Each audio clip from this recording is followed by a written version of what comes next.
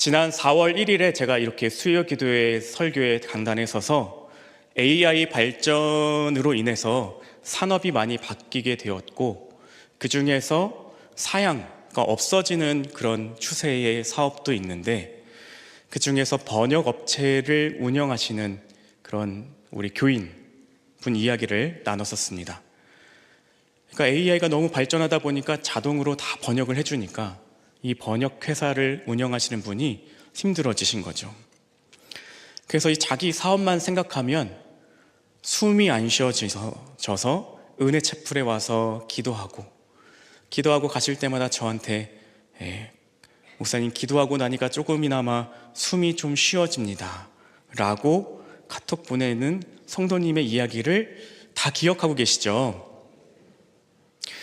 그런데 몇 주 전에 이분이 저에게 와서 이런 이야기를 하시는 거예요. 목사님, 요즘에 제 주변에 신기한 일이 벌어지고 있습니다. 사업체들이 계약도 하기 전에부터 돈을 들고 와서 해달라고 하는 겁니다. 그리고 또 한 달을 버틸 수 있게 되었습니다. 이렇게 이야기를 하시는 거예요. 남의 이야기라고 아멘을 여기만 하시고 다시요. 또 한 달을 버틸 수 있게 되었습니다. 감사합니다. 아마 이 성도님 표현대로 신기한 일이 벌어지는 것은 지난 설교 때 상황을 들으신 여러분들께서 함께 기도해 주신 덕분일 겁니다. 성도님의 그러한 그 고백을 듣는 순간 저도 모르게 제 입에서는 이런 말이 나왔습니다. 아우, 권사님, 은혜네요. 하나님이 하셨네요. 아멘. 나중에 이 대화를 제가 곱씹어 보는데요, 제게 이런 질문이 하나 생기게 되었습니다. 성도는 무엇으로 사는 걸까? 믿는 사람은 도대체 무엇으로 살아야만 하는 것일까? 라는 질문이 저에게 생기게 되었습니다. 예수님을 따라 살아간다고 하는 오늘 그리스도인들은 무엇을 가지고 살아가야 될까요? 무엇으로 살아가야만 할까요? 오늘 말씀을 통해서 우리가 무엇으로 사는지 귀하게 고백되기를 축복합니다. 자, 저도 모르게 은혜네요, 하나님이 하셨네요 라고 말했다고 했습니다. 우리는 흔히 은혜라고 하면 로또 당첨처럼 내 삶의 모든 문제가 한꺼번에 해결되어지고 평생 걱정 없이 살 수 있는 엄청난 대박을 떠올릴 때가 많이 있습니다. 하지만 진짜 은혜는 그런 것만을 의미하진 않습니다. 그 성도님의 고백처럼 도저히 일어날 수 있는 힘이 없는 그런 광야 같은 현실 속에서도 나를 붙들어 또 하루를 살게 하시고 또 그것이 쌓여서 한 달을 버티게 하시는 하나님의 세밀한 손길이 바로 은혜입니다.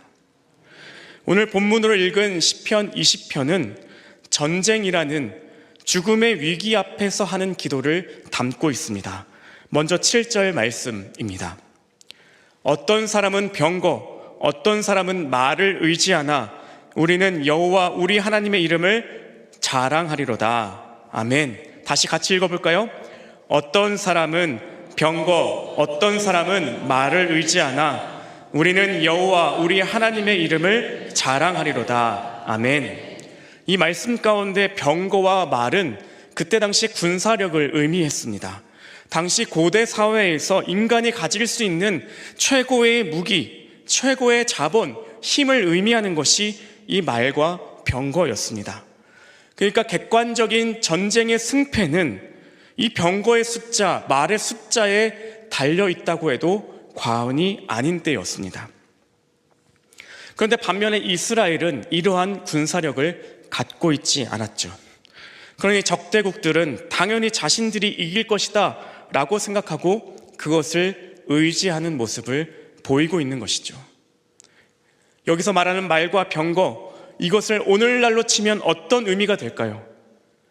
든든한 은행의 잔고, 탄탄한 인맥, 남들보다 앞설 수 있는 정보력, 사업 수완, 곧 자신이 의지하고 든든하다 여기는 모든 것들을 의미해서 말과 병거라고 표현할 수 있을 것입니다.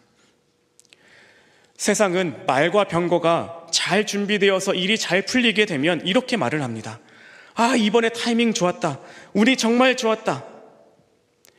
여기에 말하는 그들의 운은 그저 어쩌다 일어난 신기한 우연일 뿐입니다. 그 일에는 어떠한 주권자도 의미도 담겨 있지 않습니다. 거기에는 자신들이 준비해 놓은 말과 병거의 자랑과 의지만이 담겨 있게 됩니다.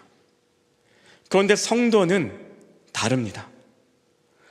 성도는 설명할 수 없는 기적 같은 그런 타이밍 앞에 운이 좋았다라고 말하지 않습니다.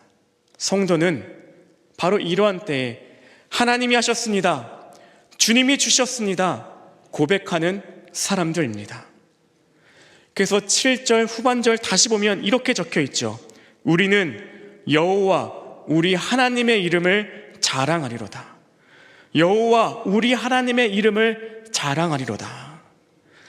여기에서 자랑하리로다 라고 하는 히브리어 원문을 보니까 자카르라는 단어를 썼고요, 이 단어는 단순히 뽐낸다 라고 하는 뜻이 아니라 기억하다, 그 이름을 부르다 라고 하는 의미가 담겨져 있습니다. 그러니 세상은 위기가 닥치면 자신의 말과 병거의 숫자를 세며 안심하거나 또한 혹은 불안해하게 됩니다. 그러나 성도는 위기 속에서도 하나님의 이름을 기억하며 부르는 사람이 성도라는 것입니다. 이 말씀을 통해서 우리는 우리의 삶을 돌아봐야만 합니다. 나는 믿음의 사람으로서 위기가 닥쳐올 때, 문제가 닥쳐올 때, 걱정과 근심거리들이 내게 닥쳐올 때 말과 병거를 계산하고 숫자를 세는 것처럼 살아가고 있는가? 아니면 그러한 중에도 하나님의 이름을 기억하고 하나님의 이름을 부르고 하나님의 이름을 자랑하고 있는가 돌아봐야만 한다는 것입니다. 결국 위기를 넘겼을 때 오직 하나님의 이름을 부르며 주님의 은혜를 기억하는 삶이 되시기를 축복합니다. 성도는 내 삶의 모든 순간을 운으로 해석하는 사람이 아니라 은혜로 해석하는 사람입니다. 은혜라는 따뜻한 하나님의 손길로 해석하고 고백하는 자가 바로 성도입니다. 또 한 달을 버틸 수 있게 되었습니다. 이렇게 고백하신 그 성도님의 삶을 생각해 보시죠. 거래처가 저절로 우연히 찾아왔을까요? 오히려 그 사업을 살려보겠다고 밤낮 없이 뛰고 때로는 자존심이 상하는 자리도 견디며 치열하게 수고하셨을 것입니다. 때로 은혜로 산다고 하는 그 말을 아무것도 안 해도 된다라고 여기는 분들도 있습니다. 그러나 그렇지 않습니다. 고린도전서 15장 10절 말씀을 보면 이런 말씀이 쓰여져 있습니다. 내가 모든 사도보다 더 많이 수고하였으나 내가 한 것이 아니요 오직 나와 함께 하신 하나님의 은혜로라. 바울은 지쳐 쓰러질 정도로 열심히 사역했습니다. 하지만 그 수고의 열매가 맺혔을 때 자신의 땀방울, 자신의 노력, 수고를 자랑하지 않았습니다. 그 치열한 수고의 현장에 함께 계셨던 하나님의 은혜가 이 결과를 만들었다라고 고백하고 있다는 것입니다. 우리가 눈물을 흘리며 삶의 현장에서 씨를 뿌리는 것은 우리의 몫입니다.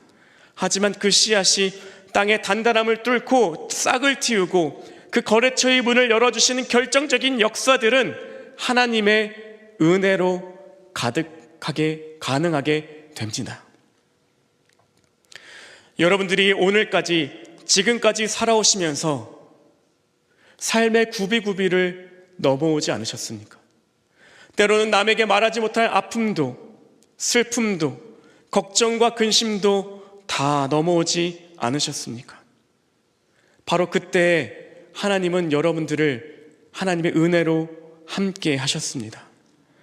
나의 수고 위에 하나님의 은혜가 덮일 때 우리는 매일매일의 삶을 풍성한 승리의 기록으로 누리며 살아가게 될 것입니다. 그러니 우리의 삶에 하나님이 함께 하시는 그 은혜를 발견하고 고백하는 믿음의 삶이 되시기를 축복합니다. 자, 8절 말씀은 이렇게 고백합니다. 그들은 비틀거리며 엎드러지고 우리는 일어나 바로 서도다. 같이 읽겠습니다. 그들은 비틀거리며 엎드러지고 우리는 일어나 바로 서도다. 병거와 말의 숫자를 세던 사람들, 그 사람 막연한 운을 의지하던 그 사람들은 결국 한계에 부딪히며 비틀거리며 엎드러진다라고 표현하고 있습니다. 왜요?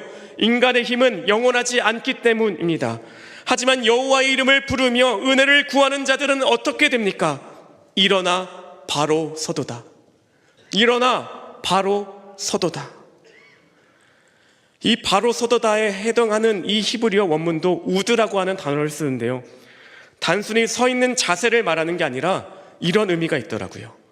견고하게 버티다, 꼿꼿하게 제자리를 지키다.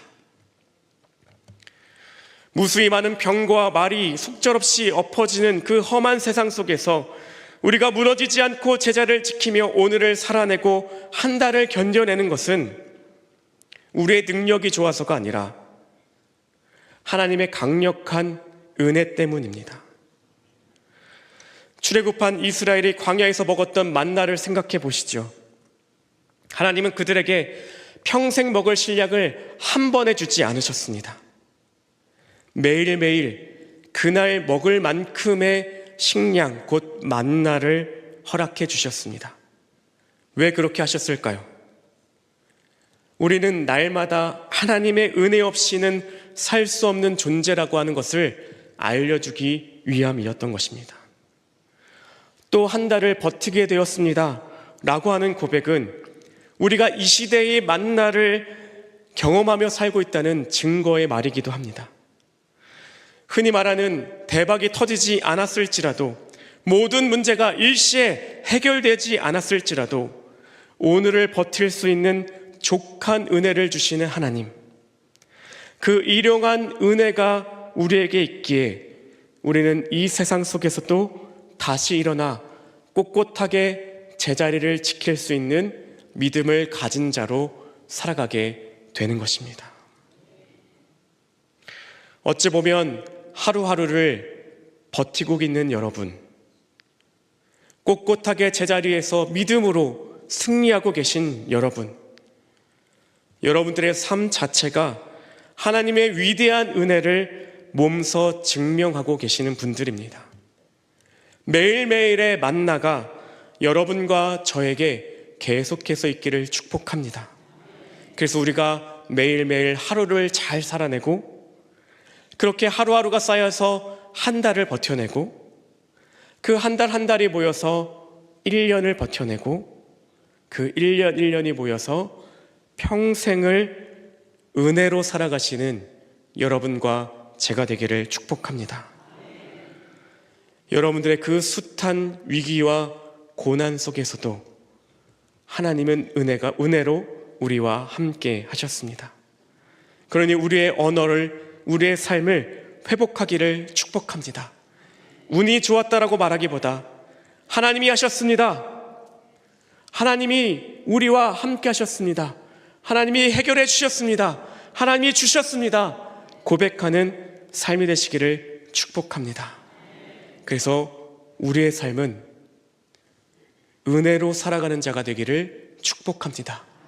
오늘 설교의 제목처럼 성도는 무엇으로 살아가니까?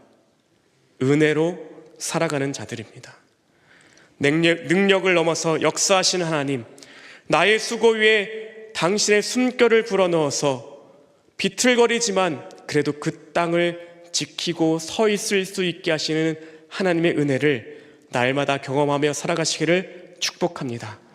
그래서 하나님의 은혜로 살아가는 여러분과 저의 평생이 되시기를 축복합니다. 기도하시겠습니다.